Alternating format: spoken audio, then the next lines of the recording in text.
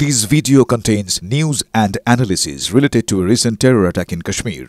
The content may include sensitive visuals and discussions that could be distressing to some viewers. Viewer discretion is advised. We strongly condemn all forms of violence and terrorism. The purpose of the content is solely to inform and create awareness based on verified reports. Top quality और consistent performance के लिए सिर्फ silver pump नाम याद रखना। কংগ্রেস চাইছে বিশেষ অধিবেশন, সংসদে বসুক। জাতীয় নিরাপত্তা নিয়ে আলোচনা চেয়ে সংসদে বিশেষ অধিবেশন দাবি করছে এখন কংগ্রেস। পেহেলগাঁও হামলায় চালিয়েছিল যারা, সেই জঙ্গিরা কোথায়, এই প্রশ্ন কংগ্রেসের। হত্যাকারীদের ধরতে না পেরেও কিভাবে অপারেশন সিঁদুর সফল হলো? ভারত পাক সংঘর্ষ বিরতির কথা ট্রাম্প কিভাবে ঘোষণা করতে পারেন? সরকারের কাছে জবাব চেয়ে সংসদে বিশেষ অধিবেশন দাবি করছে কংগ্রেস।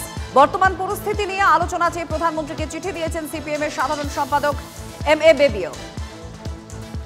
स्थगित होगा, ये अच्छा हुआ सबके लिए, लेकिन किस कंडीशन पे हुआ ये देखेंगे। प्रधानमंत्री के संबोधन के पहले ही राष्ट्रपति ट्रंप ने घोषणा कर दी कि वॉशिंगटन में रहकर मैंने भारत और पाकिस्तान के बीच में युद्ध रुका दी। यानी कि वॉशिंगटन में रहकर उन्होंने यहाँ का युद्ध रुकवाया है। उस पर तो प्रधानमंत्री ने कुछ कहा नहीं। प्रधानमंत्री को बहुत सारे सवालों को जवाब देना है, उस पर तो वो चुप थे। तो हम यही मांग कर रहे हैं ना। पिछले 2 हफ्तों में 2 सर्वदलीय बैठक हुई हैं, प्रधानमंत्री मौजूद नहीं थे, कुछ बातें नहीं हो पाई, कुछ स्पष्टीकरण नहीं हुआ, कुछ हमारे सवाल थे, सार्वजनिक तौर से हमने नहीं पूछा, हम सर्वदलीय बैठक में हमने पूछा। तो आज भी हम मांग करते हैं प्रधानमंत्री एक बैठक बुलाएं, सभी विपक्ष नेताओं को बुलाएं, विश्वास में लें। और ये क्या बार बार राष्ट्रपति ट्रंप घोषणा कर रहे हैं? हमारा क्या रवैया है? हम क्या चाहते हैं? हमारा रुख क्या है? विदेश मंत्री चुप हैं, राष्ट्रीय सलाहकार जो सुरक्षा सलाहकार हैं वो चुप हैं, प्रधानमंत्री तो अपनी चुप्पी तोड़ते ही नहीं है। Operation Sindoor action was targeted and non-escalatory. We appreciate that. We demand of the government of India that the unity of the people is very important. So, whoever tries to engage in campaigns to divide the people, that should be very strongly dealt with. Congress বিশেষ অধিবেশন চাইছে। কংগ্রেসের কিছু প্রশ্ন রয়েছে। এই operation সিঁদুর সেটা হত্যাকারীদের ধরতে না পেরেও কিভাবে সফল হলো? যারা পেহেলগাঁওয়ের হামলা চালালো সেই জঙ্গিরা কোথায়? এবং একই সঙ্গে ভারত আর পাকিস্তানের মধ্যে যে সংঘর্ষ বিরতি, যার কৃতিত্ব ডোনাল্ড ট্রাম্প নিচ্ছেন, তিনি বলছেন যে তিনি এই দুজনের মধ্যে সংঘর্ষের বিরতি টেনেছেন। এটা কি করে সম্ভব, কিভাবে হলো, কেন বলছেন? এই সমস্ত প্রশ্ন কংগ্রেসের মনে রয়েছে এবং কংগ্রেস চাইছে প্রধানমন্ত্রীর কাছে জবাব। সরকারের কাছে তারা জবাব চায়, বিশেষ অধিবেশন বসানো হোক এবং তাদের দাবি যে এই সমস্ত প্রশ্নের উত্তর দিক সরকার। বর্তমান পরিস্থিতি নিয়ে আলোচনা চেয়ে প্রধানমন্ত্রীকে চিঠি দিয়েছেন সিপিএম এর সাধারণ সম্পাদক এম.এ. বেবি। অর্থাৎ শুধুমাত্র যে কংগ্রেসের দাবি তা নয়, সিপিএম এরও এটাই দাবি যে সরকার এই সমস্ত প্রশ্নগুলোর উত্তর দিক, সংসদে উত্তর দিক সবাইকে, সকলকে। এই দাবি করা হচ্ছে যেমন কংগ্রেসের তরফ থেকে, তেমন সিপিএম এরও একই দাবি। দুবার সর্বদলীয় বৈঠক হয়েছে। কংগ্রেসের নেতা জয়রাম রমেশ তিনি বলছিলেন যে দুবারই প্রধানমন্ত্রী উপস্থিত ছিল না, একই প্রশ্ন ছিল তাদের তখনও, সেই প্রশ্নগুলোর উত্তর তারা পাননি। আর এই জায়গায় দাঁড়িয়ে তারা বিশেষ অধিবেশন বসানোর দাবি তুলছে, যেখানে সিপিএম বর্তমান পরিস্থিতিতে একই দাবি করছে। এদিকে অপারেশন সিঁদুরের সাফল্য নিয়ে প্রশ্ন তুললেন মন্ত্রী উদয়ন গুহ। কটা বিমান ঘাঁটি ভেঙেছে আর কটা যুদ্ধ বিমান ধ্বংস হয়েছে সেটা মানুষ দেখবে না, যারা হত্যালীলা ঘটিয়েছে তাদের শাস্তি দিতে পারলাম কিনা সেটাই মানুষ দেখবে। মন্তব্য তৃণমূল নেতা রাজ্যের মন্ত্রী উদয়ন গুহর। কার কথায় সুবিধাজনক জায়গায় থেকেও সরে এলো দেশ, এই প্রশ্ন উত্তরবঙ্গ উন্নয়ন মন্ত্রী উদয়ন গুহর।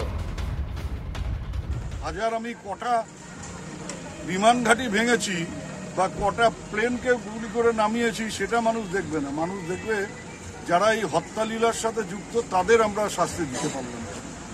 এই জায়গাটায় কিন্তু মানুষের মধ্যে একটা প্রশ্ন আসে, কে কার কথায় আমরা আমাদের এই যে একটা অ্যাডভান্টেজ এর জায়গায় আমরা ছিলাম, পাকিস্তানকে আমরা চেপে ধরেছিলাম, সেই জায়গার থেকে আমরা থেমে গেলাম। অথচ আমরা বলেছিলাম যে চুন চুনকে মারেগা, একেবারে দেশের ভেতরে ঢুকে মারব। ওই একজনও এই ঘটনাগুলোর সাথে জড়িত কোনো জঙ্গি মারা গেছে বলে তো এমন কোনো খবর আমাদের কাছে নেই।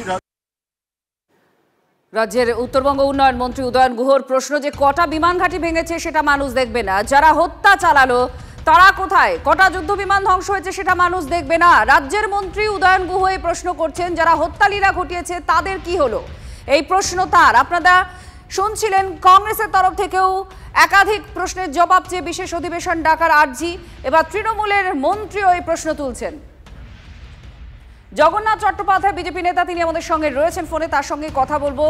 জগন্নাথ দা, কি বলবেন? রাজ্যের মন্ত্রী উদয়ন গুহ এই প্রশ্নগুলো তুলছেন।